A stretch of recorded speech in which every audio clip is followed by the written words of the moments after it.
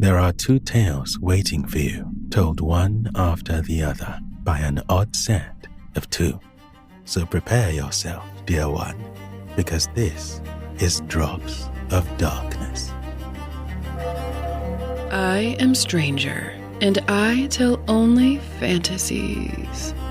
Whenever your world has a grip on your throat, I am there, waiting to unleash the monsters that sleep in my mind, so that they may remind you that you have sharp teeth and claws of your own.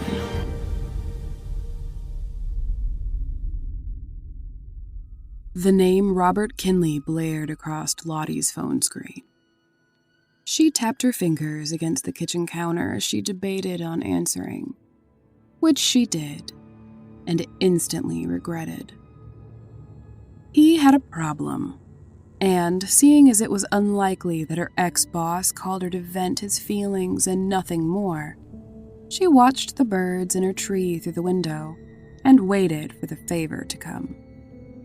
By the time it did, she had a set of unnecessarily specific instructions planned out for what he could do with his request, especially for which orifice he should insert it, forcibly. "If you could just come in and get the process started while I track him down," Robert said. But yesterday had been her last day. She was retired. They had a party and everything, if you could call it that. The bodies of the Jane and John Doe in the cooler should be someone else's problem. The only dilemma Lottie was concerned with was the lack of an over-blended margarita in her hand, and that it was still over 3 hours until she could board her cruise and correct that problem. But when she looked at the boarding pass laying next to her keys and her heart pills, she thought about how there should be one with her wife's name on it as well. Then, despite her best efforts, she thought about goodbyes, and how there were people out there that were probably still waiting for Jane and John Doe to come home. She tugged her wife's housecoat tight around her shoulders. "Bob," she said, "you're a twat. You know that?" "I'll be whatever you say, Lot," Robert said, letting out a still strained chuckle. Lottie kicked off her warm slippers. "But if you even so much as hint for anything else from me when I get there, I'll put your ass in the cooler, Bob." At the office, Lottie glared at the happy retirement banner that still draped in the corner. Slipping a white lab coat over the bright Hawaiian shirt she'd bought for her trip, she glanced over the 2 files on the desk, noting that the bodies were recovered from a car wreck. "Significant trauma," she muttered. Next to the files was something else, a gleaming post-mortem surgical hammer. She picked it up and read the sticky note stuck to its hooked handle. "In case of additional favors, from Robert," it read. Lottie snorted and tucked the hammer under her arm and made her way towards the morgue. She heard the voices before she even opened the cooler. She wasn't at all surprised by this, but she still found herself stuck, unable to will her hand towards the heavy metal latch. For 32 years, Lottie loved her job, but every day for the past few weeks, she desperately wanted to be anywhere else. She was beyond relieved when she left yesterday. It was supposed to have been the last time she'd be inside of a morgue, until she was the one on the table. It was too much, conversing with the dead loved ones of others, when she hadn't been able to say goodbye in neither life or death to her own, her Evelyn. It was enough to make Lottie wish she had never seen a ghost, a spirit, a specter or soul. It made her wish that she'd never spoken with them as they waited for their doors to appear.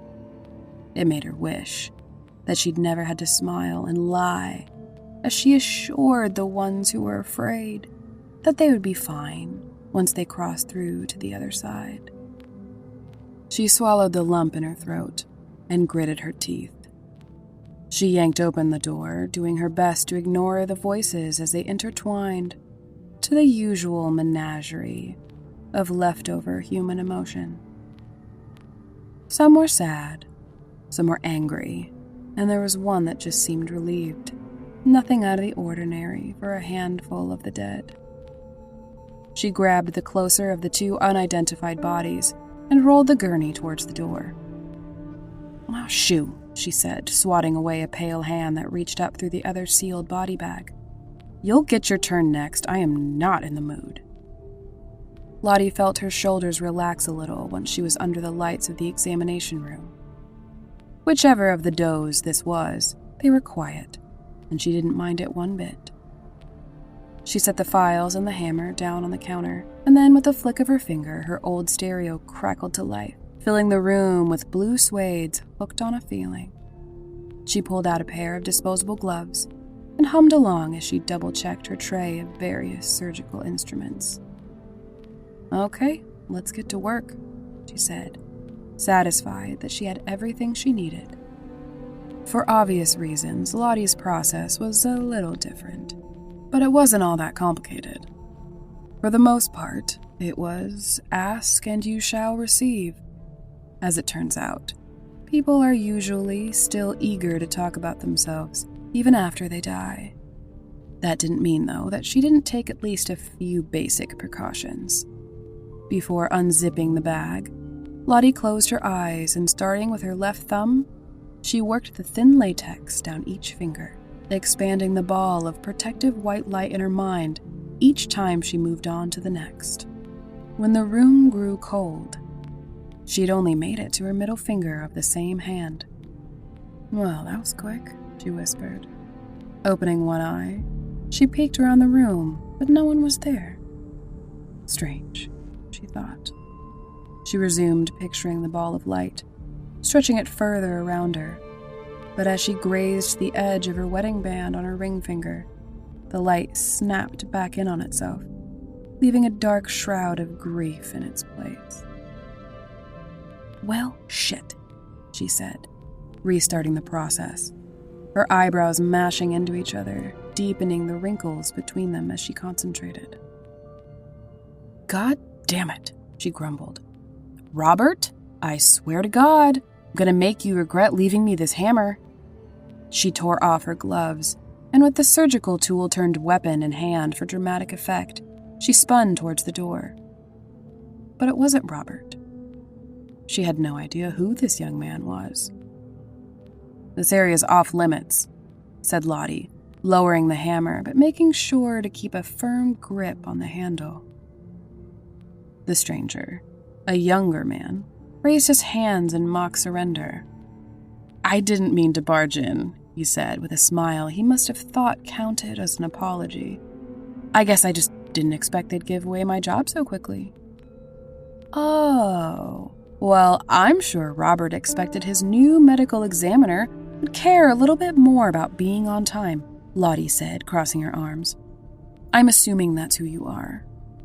To her satisfaction, she watched as a dark expression flashed over her replacement's face before disappearing under another too friendly smile. "I am so sorry about that. My flight got in late and they lost my bag with my charger. I was lucky I was able to call someone to come pick me up before my phone died," he said. "They have these neat things at airports, called shops. Some of them even sell chargers." Lottie was enjoying how little she had to worry about proper office etiquette now that she was off HR's radar. "Yes, I have heard of shops, but my charger and wallet were in that bag," said the man, his jaw tightening. I understand," Lottie said with a nod. "I do imagine getting to your new job on time would be quite difficult, if you're an idiot." "I swear," she muttered, turning away and pulling on a new pair of gloves. Pockets are completely wasted on men's clothes. "Too bad you didn't think to ask whoever left that smeared lipstick on your shirt if you could borrow their phone to call the office this morning." She smirked when she heard the man suck his teeth behind her. Unfortunately, she wasn't awake by then, and then seemingly in a hurry to direct the subject away from his tardiness, he finally introduced himself as Edward Pike and then offered to take over. No, Lottie said, feeling no need to elaborate further. Ignoring her intruder, she undid the thick zipper to just past the woman's shoulders. This was Jane Doe. The woman was mid to late 20s, jaw-length hair, strawberry blonde by the looks of it, although she'd have to rinse out some of the dried blood just to be sure. Lottie picked up her camera and began taking photos for the woman's records. Between the bursts of light from the flash, she watched the man from the corner of her eye and was growing more and more annoyed. He remained planted on her side of the door with his fake smile intact. She kept working, but flitted through the options of what she could say to Edward Pike that would convince him to leave, each one growing more obscene than the last. But that was all quickly forgotten when she noticed something strange on the body. She squinted. Even under the thick layer of red-brownish crust that coated most of the chest and neck, there was no mistaking a wound that she was not expecting to see on someone who had supposedly died in an automobile accident. But the two crescent-shaped marks were unmistakable. The bite was deep, and whoever inflicted it, as there was no doubt that these teeth were human, took the time to work the thick muscle far enough inside their mouth that even the back molars made a clear impression. "I'm sure you have places you'd rather be," Pike said over her shoulder, his calm voice shattering her focus. "The only thing I'm sure of is that there are plenty of places I'd rather you be," she barked. She slammed down the heavy camera onto her equipment tray, causing a scalpel to clatter towards the floor, where it vanished beneath the exam table. "Allow me," Pike offered, gently placing his hand against her lower back, so light she could barely just feel it as he moved around her to retrieve the blade. "You're allowed to fuck off before you lose that hand," Lottie said, crouching down and away from his pale fingers, making sure that she held her glare until his face dropped behind the edge of the table.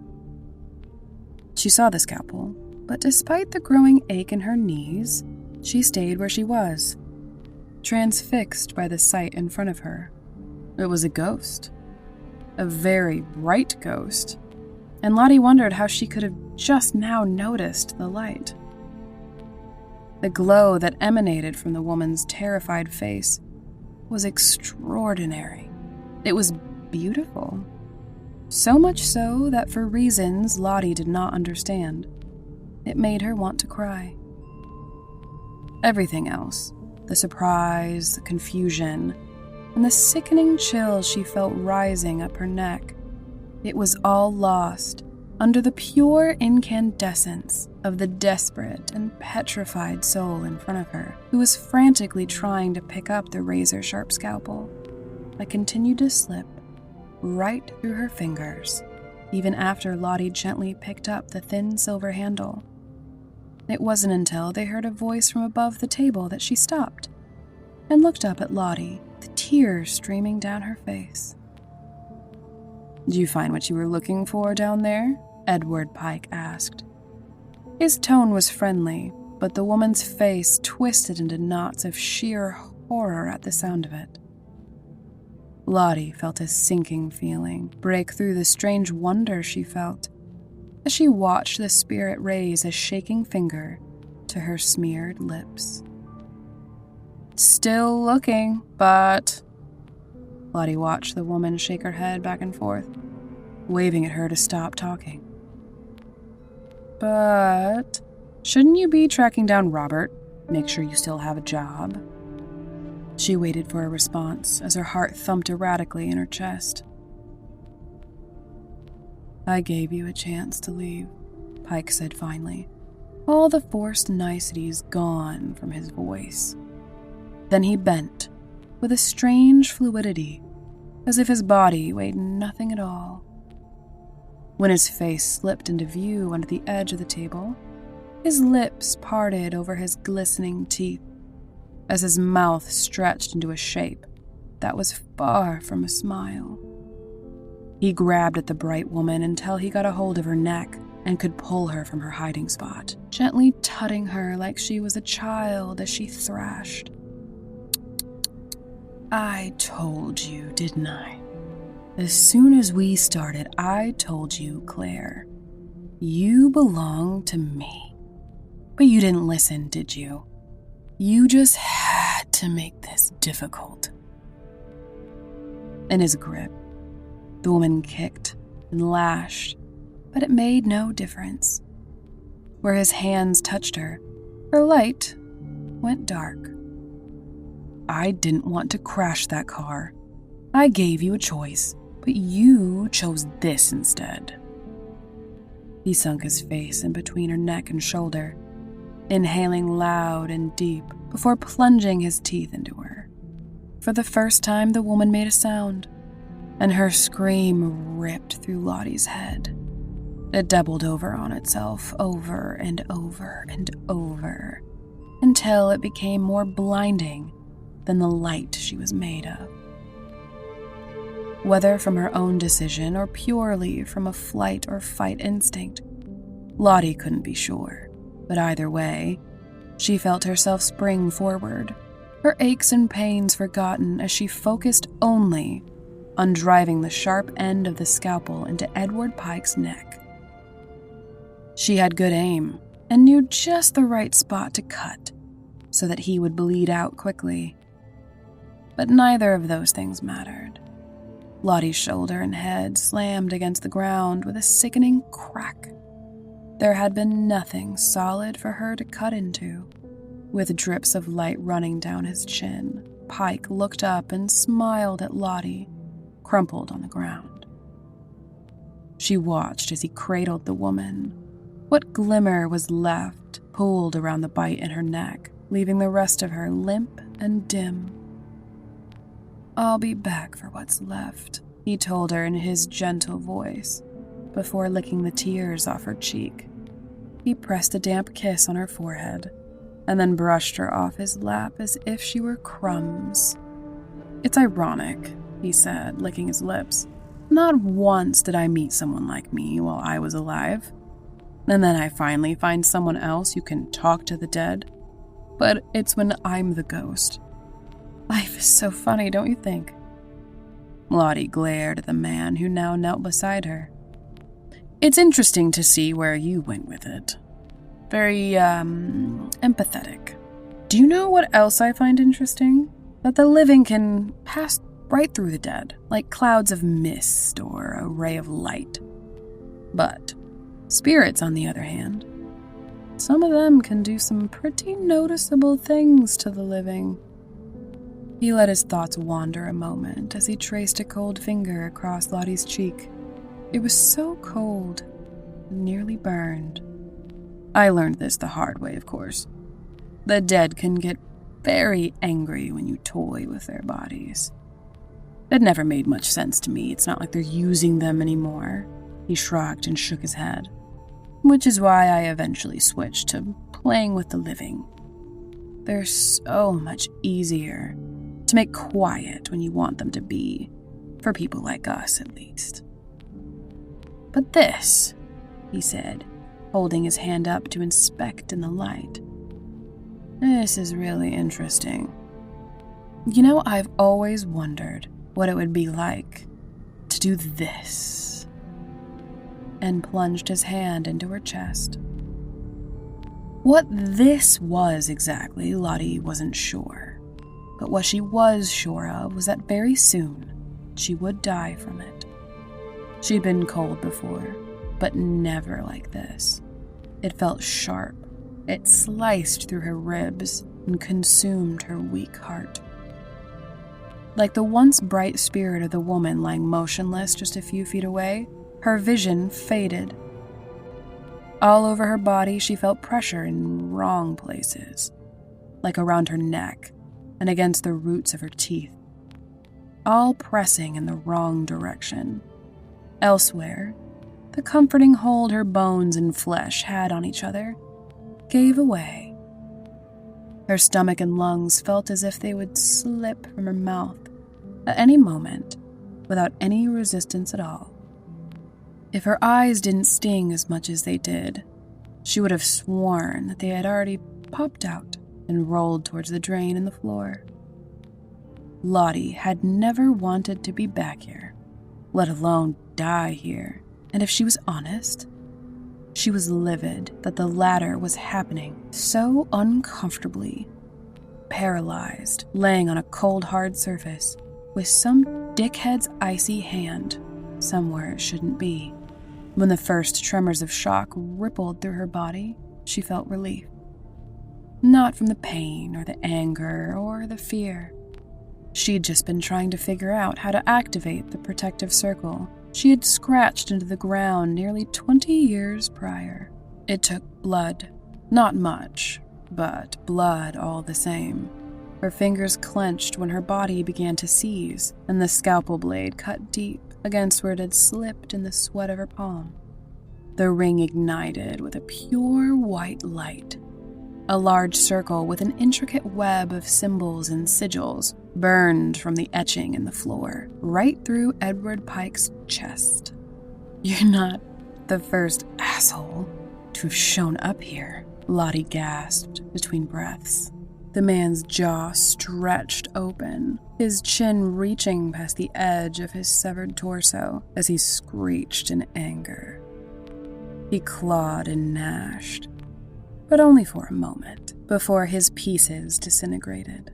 Except for the music still drifting from the old set of speakers, it was quiet enough for Lottie to realize that she wasn't breathing. She might have been free from Pike's invading hand, but it didn't matter. Her heart slugged with a thick, rhythmless beat. The woman's spirit was no longer in a heap by the table, but Lottie knew where she was. "I don't have long," she said. "I know it's uncomfortable being back in there, but you should start calling for your door before he comes back." "Why did you put me back here?" The voice that came from the woman's stiff body on the table sounded more like a gurgle or a cough, as stale air was forced over dead vocal cords. "Dangerous spirits are easier to ignore when I can trap them and strap them to the table." She managed to flip herself onto her back, freeing her chest from the pressure of the floor. "It's not about being at peace," Lottie wheezed. "That much I know. If it had shit to do with peace, no one would cross over." Even as her vision started to swim, Lottie could see the swirling outline of a doorway coming together by the table. Good, she thought. No matter how this panned out for her, she was glad to know that the poor girl wouldn't be left here alone to wander in pain. Just as the metallic thud of the cooler door slamming open echoed from down the hall, a warmth filled the room. Lottie wasn't sure where the dead woman's door led, but she found herself hoping that when it was her time, her door would lead somewhere just like it. Then Lottie heard footsteps. The first few were awkward, a shuffling drag that quickly turned to a stride as the cold, stiff joints of a corpse worked themselves loose. "You have to hurry," she tried to shout, but all that came out was a whisper. The exam room door rattled for a moment, but quickly gave way. Lottie blinked hard, forcing her sight to clear long enough to see the naked corpse of Edward Pike. It was hunched over the woman's body on the table and shoveling chunks of something dark into its mouth. She turned away, not wanting that to be the last thing she saw as she died. And that's when she saw them. From the haze of the now fully formed door, a figure was leaning out, its undefined head panning from what was happening on the table to where Lottie laid curled up on the floor. And then, to a spot next to the metal tray. There was a clang of steel hitting the floor, and then the figure dipped back from where it came. Most of Lottie's body hurt, and what didn't felt weird. Except for the warm sunshine that poured from the door on her shoulder and face, and the cold handle of the hammer in her hand. Every last ounce of will she had been saving to try to survive long enough to see the woman through, she now put into pulling herself under the table, and then the rest into a swing. Do you know, Ed, the downside of being in a body? Lottie choked out. She swung again. They're so fragile. And then finally, she felt the satisfying snap of the dead man's shin bone as he toppled. It wouldn't stop him for good, but it would hopefully buy her enough time for her heart to finally give out. When Lottie rose to her feet, she felt light, her knees unbending with ease. She walked over to Edward Pike's writhing body and sunk her hand deep down into its gaping mouth. Fishing between the cold pieces of flesh, she pulled out pieces of light until she was sure she collected every last drop that the man had stolen from her. Let's get you to where you're going, Lottie said, carrying the pile in her arms as she approached the doorway. This isn't her door, love, but you can bring her along, poor thing. Lottie froze. If her heart still beat, it would have undoubtedly beat out of her chest at the sound of Evelyn's voice. The sunshine, the warmth, that's why this felt like home. Grab that little shit, too. We don't want him hanging around on that side. Bring him in there with you? Lottie asked, horrified. It's just a door, Lot. There's so much more over here than you could possibly imagine. Bring them both. We'll get them to where they need to go. So Lottie went back and ripped the dingy spirit from Pike's body like a despised weed from a garden, with one soul in her arm and another dragging behind her. She stepped through. She caught one last look at the clock on the wall, and suddenly she realized she couldn't remember where else she could have possibly been in such a rush to get to.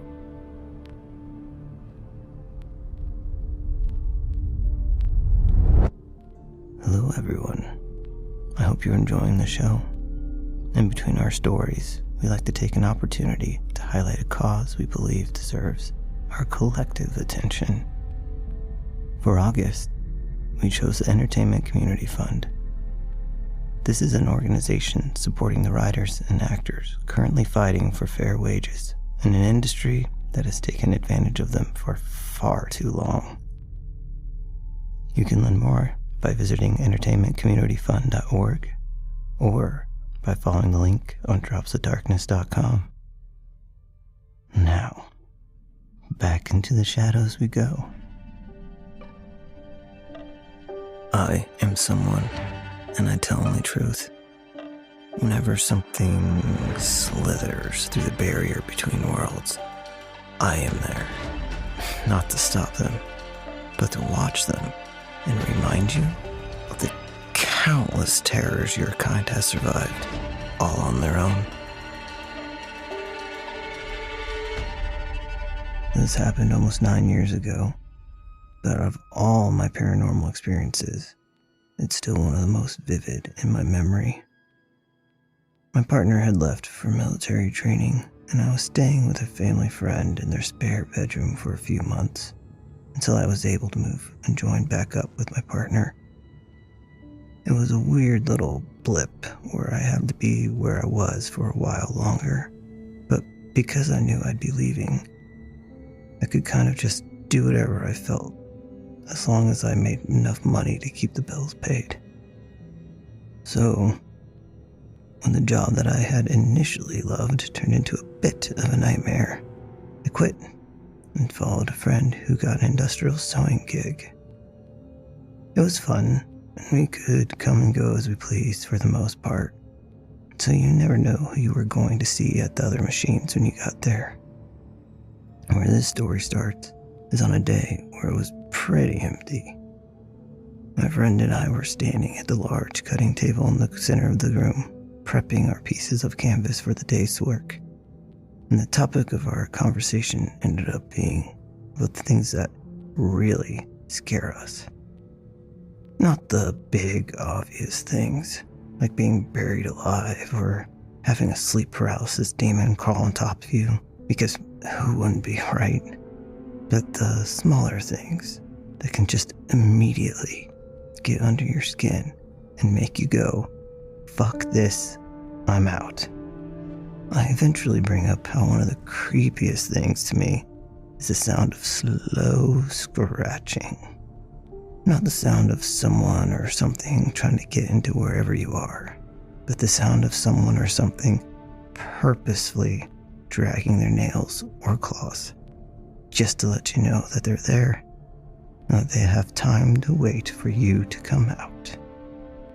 I even added my own sound effects by slowly dragging my fingernails down the rough surface of the cutting table, and instead of letting the sound just fall off when it reached the edge, I did it with a bit of a flourish by quickly curling my fingers so that it sounded a bit like a swipe. He made a face that said I was not alone in thinking this would be endlessly creepy, and we went about the rest of our day. Later that night, I was lying on my bed in the spare bedroom, reading a book with my dog Bane sleeping next to me. Bane was a big guy and an absolute baby. He didn't look it though. Half lab, half English bulldog, pitch black fur, and a face that made him look like he was fit to guard hell. But Bane never barked, so he wasn't much of a guard dog, which was fine. His job was to be a giant cuddle buddy, and that ding-dong did it well. And when I say never barked, I don't mean he only barked on the rare occasion. I mean the only sounds I'd heard from this dog were little high-pitched begging whimpers for treats, or an overdramatic huff when he wanted attention. This is important to know, so that you understand just how unsettling it was for me when I not only just heard my dog begin to growl, but I feel the rumble of it through the bed as he wells up this insanely threatening sound in his chest. I go to put my hand on his back, and I see his hackles are up. But I'm confused because the only thing I can see that he could possibly be looking at is my bedroom door. And that's when it started. A slow, intentional scratching that started from the very top of the door and continued for what seemed like an eternity till it finally stopped with a quick swipe down at the very bottom. I sat frozen on my bed for I don't know how long, my hand still barely touching the raised ends of Bane's hackled fur, till he eventually stood up on the bed. I've seen and heard and felt lots of weird things in my life, but this was by far the most pointed and too much of a coincidence. I immediately tried to think of a rational explanation for what had just happened, but even the most far-reaching thoughts couldn't explain why I just heard the exact thing that I just talked about earlier that day. This was a while ago, but my friend and I were still two grown-ass, tired adults that wouldn't be pulling pranks. And on top of that, nobody who worked there, including my friend, even knew where I lived. The couple I lived with were even less likely to try pulling something, and there's no way either of them could have known about this random conversation I had while I was at work. Then there's Bane, who in that moment was a very big boy and very intent on being a very scary guard dog.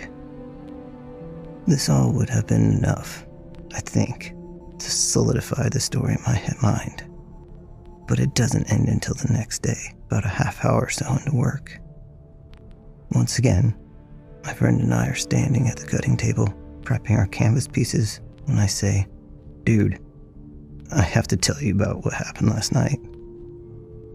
I started asking him if he remembered our conversation, but before I got the whole question out, I see his hand out of the corner of my eye moving towards the hood of my sweatshirt. This catches me off guard since we're both not touchy people at all. Like, the amount of alcohol it took for us to give each other a hug for the first time a full year into being friends was excessive. So I'm surprised, not moving, and watching as his face kind of scrunches up before he asks, "What are those from?" Not knowing what he's talking about, I pulled my phone out of my pocket and switched on the forward-facing camera to look. I see 3 red scratch marks that go down the whole side of my neck, ear to collarbone. 2 then to have been from me scratching myself in my sleep, and Bane's claws were all as thick as pencil erasers, so it couldn't have been him. So I don't know what it was that was scratching at me in my door that night, but whatever it was, apparently they had been around and had been listening.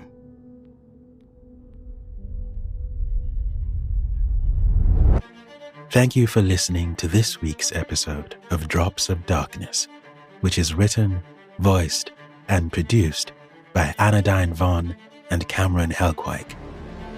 If you enjoyed your drift into the shadows, help keep the stories alive by sharing the show, leaving a review, and if you really want to earn the favor of these dark storytellers, tether yourself to their world by tapping subscribe.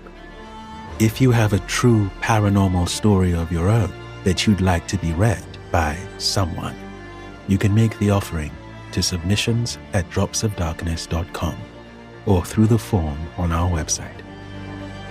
Until next time, dear one, and remember, when the darkness looks your way, hold its gaze.